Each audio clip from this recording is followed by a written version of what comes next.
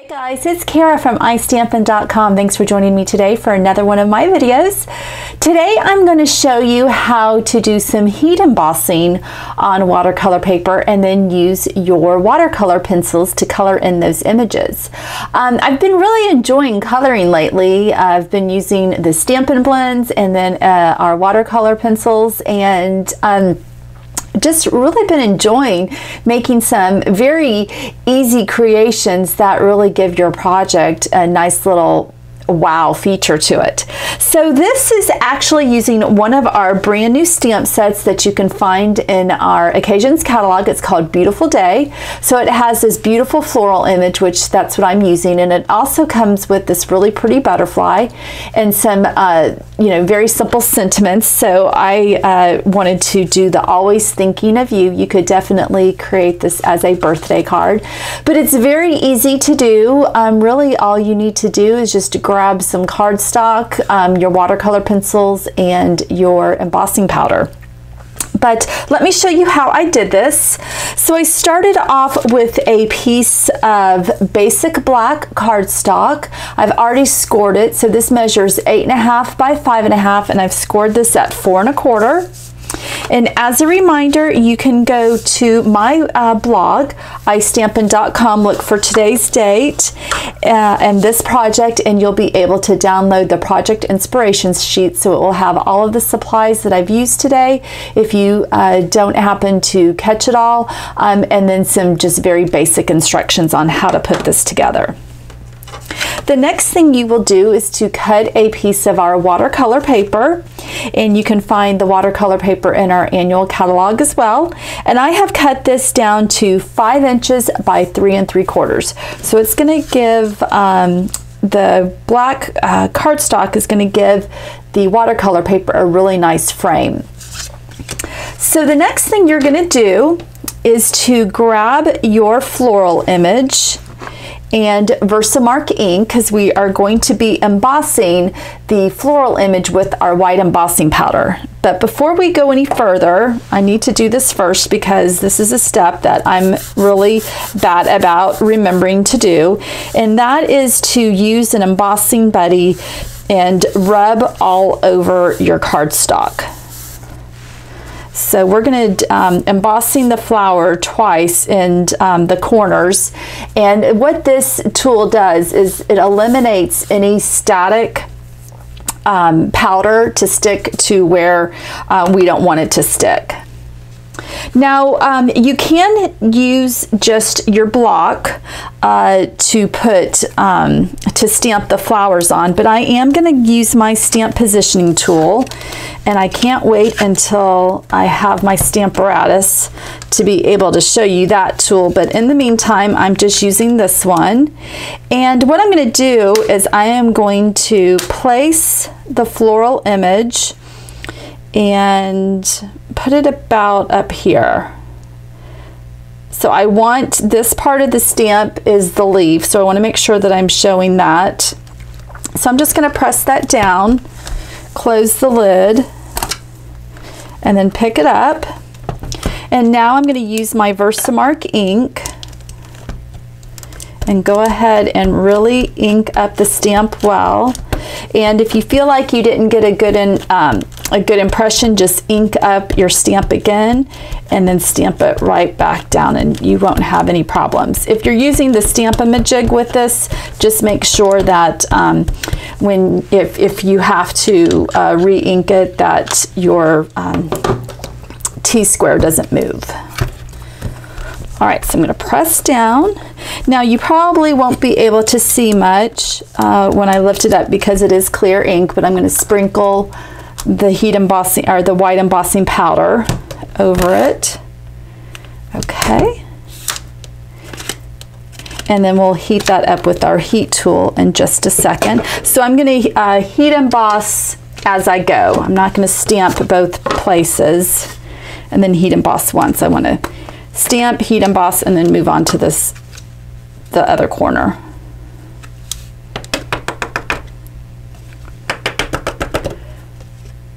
Okay, and that kind of gives you an idea.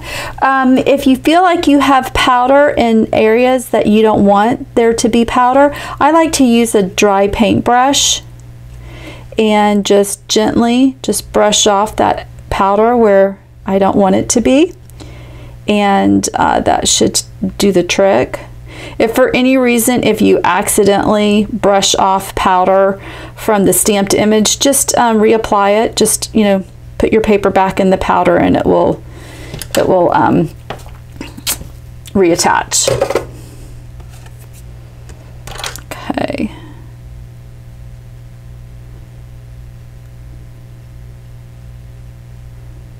Okay, that looks good.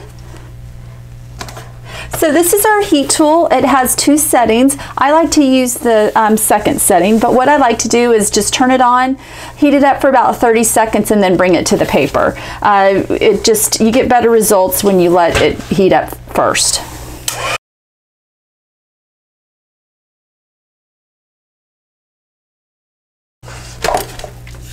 And when you see that your powder has gone glossy, that means all the powder is melted. You don't want to overheat, so just be careful of that. And I don't know if you're going to be able to make it out. I do have a little bit of black flecks in my on the image, so it looks like my white embossing powder may be a little contaminated, you know, just getting some other embossing powders mixed in with the white powder. I'm not too concerned about that, so if you see that, don't be, you know, concerned about, you know, what's going on with the white embossing powder. It doesn't come that way. That's just mine. I'm just using other embossing powders within the same little tray that I used to catch it. So I just haven't done a good job of cleaning it up beforehand. So, you know, don't be too concerned with that. I don't mind it. It kind of gives it a little bit of detail. All right, so now what I'm going to do is I'm going to move the stamp and I'm going to rotate it, so now I have the leaf pointing to the right, and I'm going to put it about right here. Let's see, we'll do it like that. So each of these cards is going to be completely different, you know, especially from the one that I've just done. So we'll have to see how this one turns out. Hopefully I'll like where I positioned it. Sometimes with this kind of stuff, you're kind of going in a little bit blind. So you can always play around with it, get a good idea as to your spacing and things like this, but I'm not too worried. You really can't screw up cards like this. The nice thing is that when you do place your flower, I think aesthetically it looks nicer when it's going off the page instead of like putting it right in the center. You could do that, but I just think it looks a little bit more organic when you have it going off the page, off your cardstock, rather than just putting it right there in the front, because then you wouldn't be able to really place another flower on your watercolor paper without it kind of looking a little funny. All right, so I'm just going to scoop up the powder since I have it already in my tray and just shake it off. I think that's going to look nice. And again, I'm just going to check to see if I have any powder in spots that I don't want it to be, and that looks good. All right, so let's just heat it up again and then we can go on to watercoloring.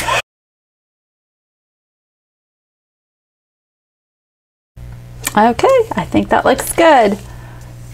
Okay, I'm going to zoom in just a little bit. So for the next part of our project, this is where we're going to do our coloring.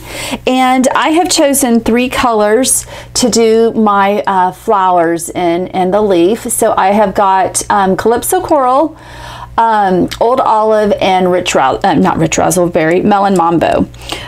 So what I'm going to do is I'm going to start off with the leaf, and the other thing that you will need is I like just to have a paper towel, and then you'll also want your Aqua Painter.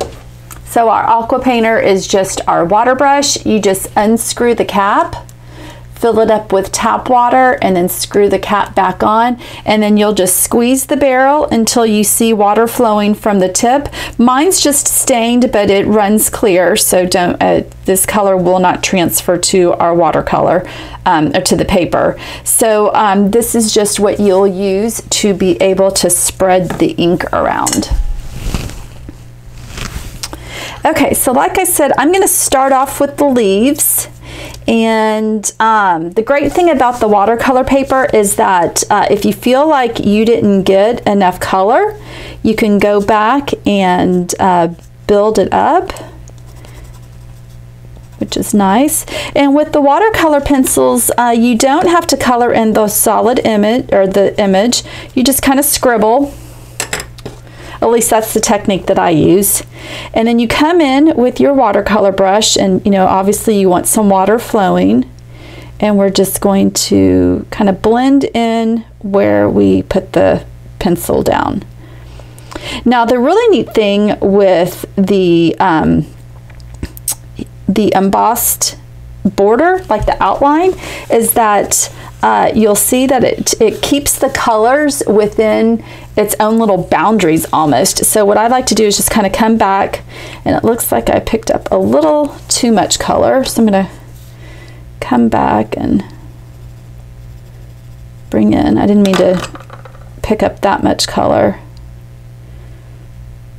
So, but I guess that was good for you to see, because now I'm going to come back in and just add more pencil. Okay, and I'm going to do the same thing over here.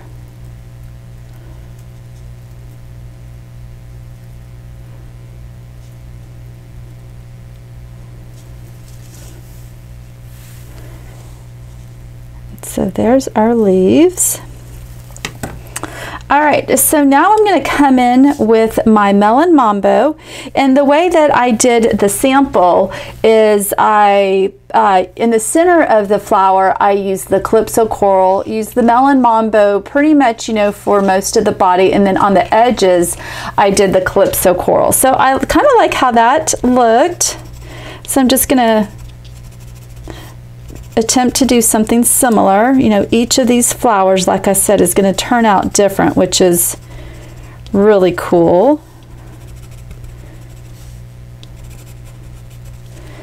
So let's see, let's put this at the bottom. I may do a little bit, let's see, put a little bit more of the Calypso Coral, do a little bit heavier shading. Let's see what happens here. Then, now this center part, because it's embossed, it is a little kind of difficult. You just color in, and like I said, we'll be able to wipe off any color that gets on the embossed part. We'll just be gentle with it so that we don't wipe off any of the color. All right, so let's see what happens with this.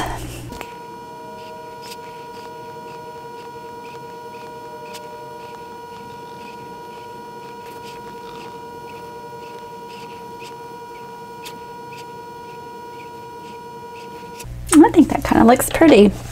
So what I'm going to do is kind of come in and pick up try to wipe off the color that's on the embossed part of the flower. So what do you think? You like that? I think that looks kind of pretty. I can always go back in right here and add a little bit more Calypso Coral, get that a little bit darker. Let's see what we have here. So that's the nice thing with the watercolor paper and the pencils, is that you can go back and build color. And you saw how I was just, you know, really just mixing in the two colors together just to give it that blended look.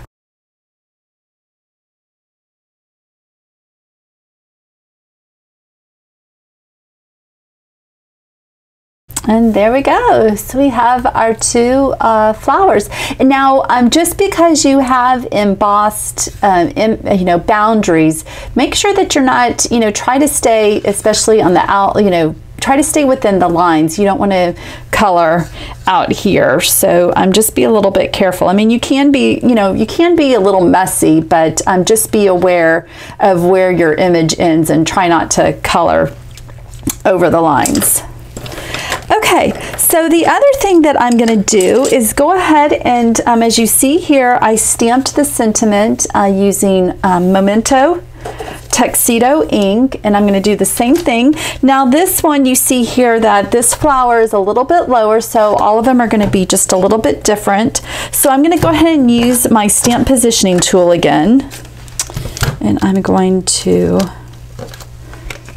position the cardstock right here in the bottom corner.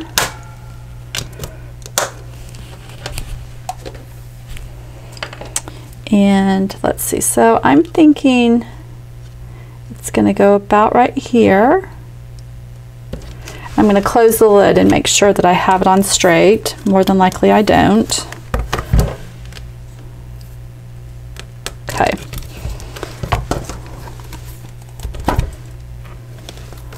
Okay, now with the watercolor paper, there is an eggshell, not an eggshell, like an orange peel texture to it. So more than likely I will stamp the sentiment a few times just to make sure that it gets good coverage. So that's another reason that the Stamparatus tool is going to be such an integral part to our craft making when it becomes available. So I hope y'all took advantage of the reservation period and will be getting yours either this month or next month. Okay, so I'm going to stamp it again. And I'm going to do it one more time just to see if I can get that S on always. See if I can just get that just a little bit clearer.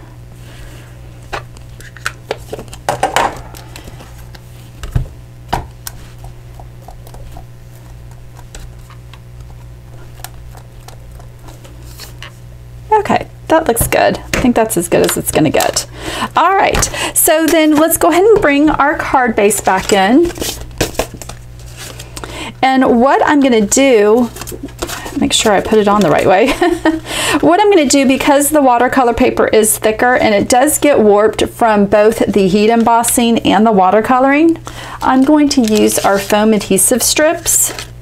So what I'm just going to do is just put these down. And one long strip should be plenty.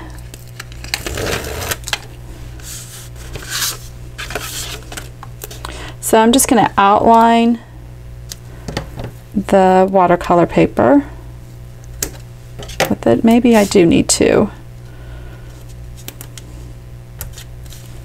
So let's get another strip.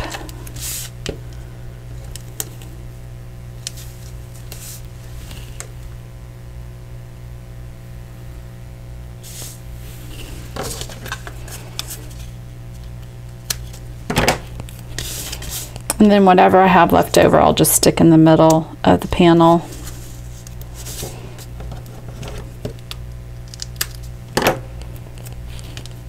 There we go.